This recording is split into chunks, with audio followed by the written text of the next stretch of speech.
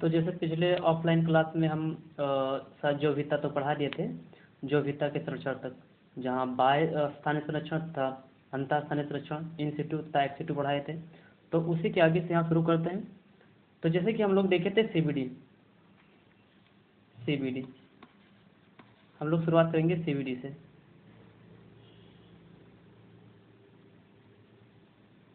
CBD जिसे कहते हैं conservation of biodiversity, conservation of biodiversity, of biodiversity.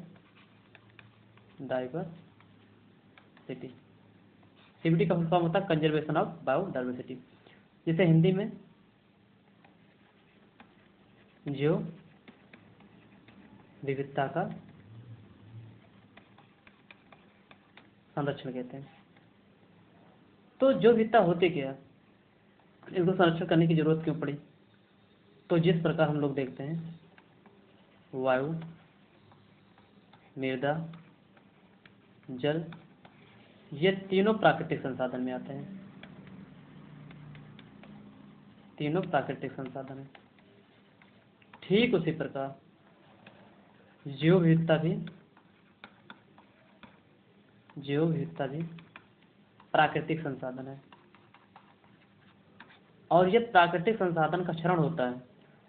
तो प्राकृतिक संसाधन के क्षरण होने से पर्यावरण असंतुलित हो जाता है, असंतुलित हो जाता है। और पर्यावरण के असंतुलित होने से विभिन्न प्रकार के जैविक तथा अजैविक घटनाएं घटित होते हैं, जैसे मानव पर या पूरे मानव प्रजाति पर एक दुष्प्रभाव देखा जाता है। तो भारत सरकार के द्वारा या विश्व की सभी सरकारों के द्वारा, या ऐसे भी कह सकते हैं कि अंतर्राष्ट्रीय संस्थानों के द्वारा जैव विविधता को बचाने के लिए अलग अलग तरीकों से, अलग अलग प्रकार से अनेक प्रयास किए गए, जिनमें हम देखते हैं कि जैव विविधता को बचाने के लिए जीवों को संरक्षण दिया जाता है, जीवों को संरक्षण दिया जाता है। और ये संरक्षण दो प्रकार से दिया जाता है,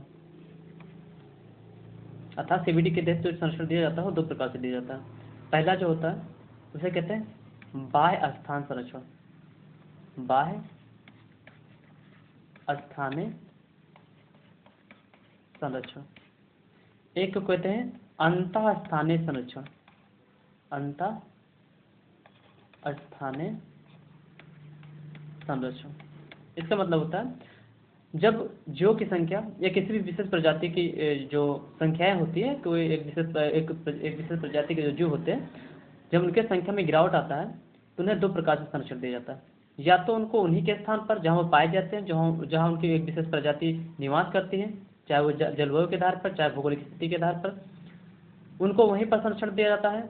या फिर कुछ ऐसे विशेष प्रजाति होते हैं, चाहे वो पेड़ पौधे के हों, चाहे वो जीव जंतुओं के हों, उनको उस स्थान से उठाकर दूसरे स्थान पर लेके जाया जाता है, तो उसे बाह्य स्थान संरक्षण कहते हैं।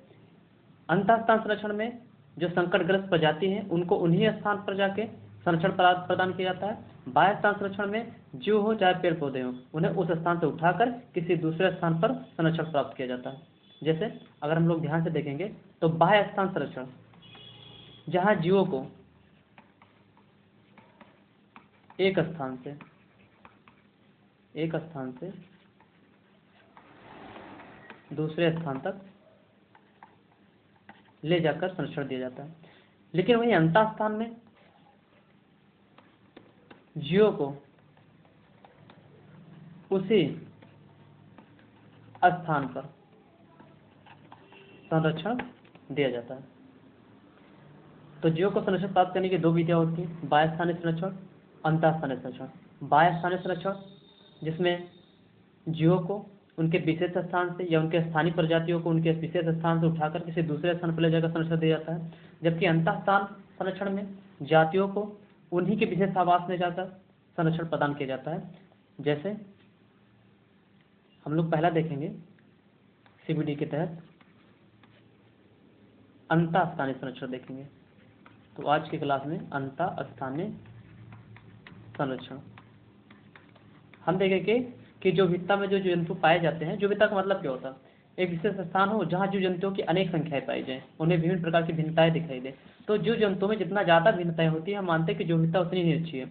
यदि जो विविधता के अंतर्गत जीवों की संख्या में अचानक गिरावट आएगा तो जो विविधता में असंतुलन आ जाता है।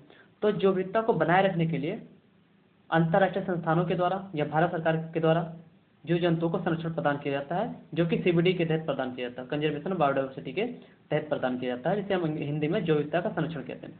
इसके अंतर्गत जीव जंतुओं को दो प्रकार से संरक्षण दिया जाता है, बाह्य स्थानीय संरक्षण, एक अंतःस्थानीय संरक्षण। तो जो बाह्य स्थानीय संरक्षण होता है, जिसमें जीवों को उनके विशेष स्थान से उठाकर किसी दूसरे स्थान पर संरक्षण दिया जाता है जहाँ वो सर्वाइव कर सके। अंतःस्थान प्रजाति में क्या होता है, या स्थानीय संरक्षण में क्या होता है, इसे इंग्लिश में इन सिटू भी कहते हैं। तो कभी कभी एग्जाम में इन सिटू भी करके आता है, इन सिटू कहते हैं। तो अंतःस्थानीय संरक्षण एक ऐसी विधि होती है जहाँ जीव जंतुओं को उनके स्थानिक स्थान पर ही संरक्षण प्रदान किया जाता है, जिसमें जैसे एग्जाम्पल के रूप में अगर हम देखेंगे तो राष्ट्रीय उद्यान, राष्ट्रीय उद्यान, अभ्यारण्य एग्जाम में आता है, अभ्यारण्य, पवित्र उपवन, पवित्र उपवन, ये सभी के सभी, चाहे वो राष्ट्रीय उद्यान हो, चाहे अभ्यारण्य हो, चाहे पवित्र उपवन हो, ये सब जीव जंतुओं को संरक्षण देने के अंतःस्थान की पद्धत है। अगर कभी एग्जाम में आता कि राष्ट्रीय उद्यान जो विविधता संरक्षण के अंतर्गत या सीबीडी के अंतर्गत बाह्य स्थान संरक्षण में आता है या अंतःस्थान संरक्षण में आता है, तो यह अंतःस्थानीय संरक्षण में आता है सीबीडी की। वही अगर अभ्यारण्य पूछा जाएगा तो अभ्यारण्य भी अंतःस्थानीय संरक्षण में आता है। पवित्र उपवन पूछा जाएगा तो भी अंतःस्थानीय संरक्षण में ही आता है। ये तो हो गया अंतःस्थानीय संरक्षण। वही बाह्य स्थान संरक्षण में जीव जंतुओं को बाहर ले जाकर या उनके एक विशेष स्थान से उठाकर या उनके स्थानिक प्रजाति को उनके विशेष स्थान से उठाकर किसी दूसरे स्थान पर ले जाकर संरक्षण प्रदान किया जाता है, जैसे जीन बैंक हो गया। तो उसे हम बाह्य स्थान में देखेंगे। हमारा फोकस केवल और केवल आज रहेगा राष्ट्रीय उद्यान पर या अभ्यारण्य पर या पवित्र उपवन पर। तो एक बार फिर से हम लोग देख लें क्या पढ़े थे। हम लोग देखे थे जैव विविधता का संरक्षण, जैव विविधता का संरक्षण।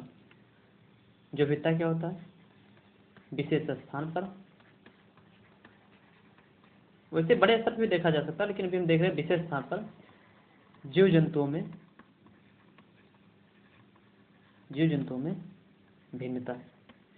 एक विशेष स्थान पर जितना ज्यादा जीव जंतुओं की संख्या या प्रजातियां पाई जाएंगी, माना जाएगा कि जैव विविधता उतनी ही अच्छी है।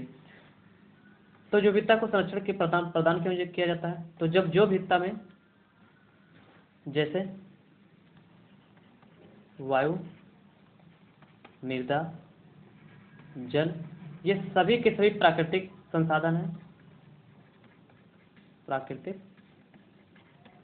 संसाधन है। अगर इन सभी प्राकृतिक संसाधनों का ह्रास हो अर्थात क्षरण हो तो पर्यावरण असंतुलित हो जाता है। ठीक उसी प्रकार जंतु हो या पौधे हो, इन्हीं दोनों के संख्याओं को एक साथ में हम कहते हैं जैव विविधता। अगर इनकी भी संख्याएं कम होंगी तब भी मान लिया जाएगा कि पर्यावरण में असंतुलन आ रहा है। कैसे, जैसे अगर हम देखें तो पौधे,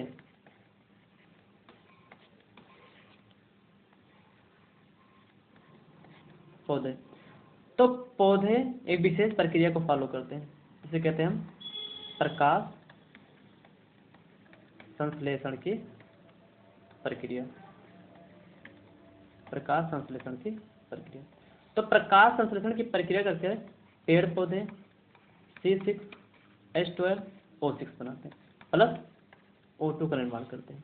तो ये जो O2 है ये पेड़ पौधे के द्वारा निर्मित किया जाता है अर्थात उत्सर्जन किया जाता है, और इसी O2 की जरूरत होती है जंतु को, और जंतु के द्वारा CO2 का उत्पादन किया जाता है, और इसे जरूरत होती है पौधों को। तो यदि पेड़ पौधों की संख्या जितनी ज़्यादा रहेगी, माना जाएगा कि O2 का लेवल उतना ही ज़्यादा है, और जितना ज़्यादा O2 का लेवल रहेगा तो माना जाएगा जीव जंतुओं की संख्या उतना ही ज़्यादा है।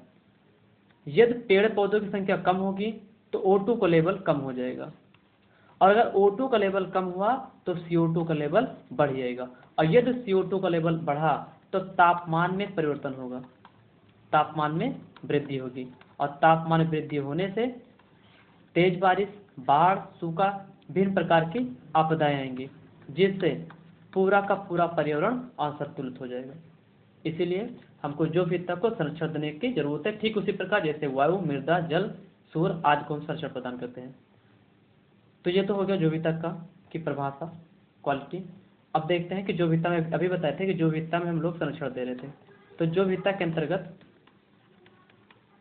या फिर सीबीडी के अंतर्गत दो प्रकार से संरक्षण दिए थे। एक दिए थे बाह्य स्थान है और एक था अंतः स्थान है।